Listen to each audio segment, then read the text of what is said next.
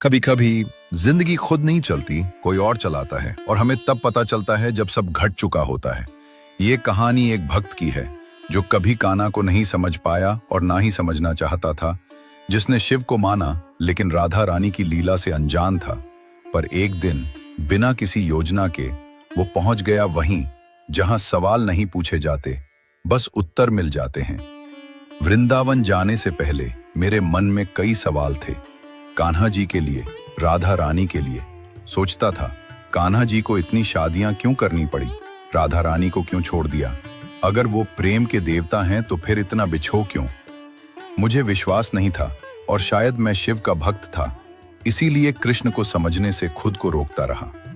फिर एक दिन बिना किसी सोच के अचानक मन हुआ, कहीं निकलते हैं। पता नहीं कैसे, कब और क्यों, लेकिन गाड़ी सीधे वृंदावन की ओर चल दी। कोई प्लान नहीं था, कोई साथ नहीं था, पर मन किसी और शक्ति के इशारे पर चल रहा था। जब वृंदावन पहुंचा, मंदिर गए, लेकिन दर्शन नहीं हुए। मन और उलझ गया। तभी एक साधु मिले, बोले, राधा रानी का बुलावा जब पूरा होता है तब दर्शन भी होते हैं, पहले बरसाना जाओ। मैं चौंका, सोचा बरसाना क्यों, लेकिन फिर भी जैसे किसी ने अंदर से कहा, चलो।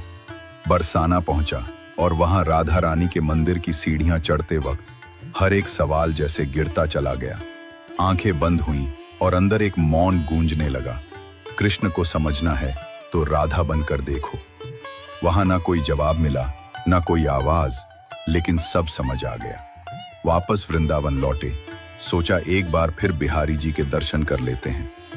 और इस बार जैसे ही मंदिर पहुंचे, झांकी खुली।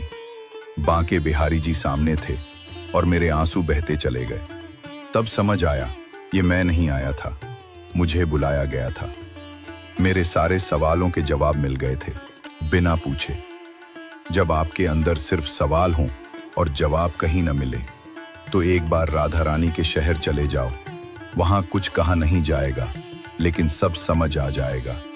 अगर कभी आपके मन में भी ऐसे सवाल उठे हों, अगर आप भी जीवन में कभी उलझे हों, तो एक बार बरसाना जरूर जाइए और इस चैनल से जुड़िए, क्योंकि यहाँ हम वही बातें करते हैं जो आत्मा को छू जाएं।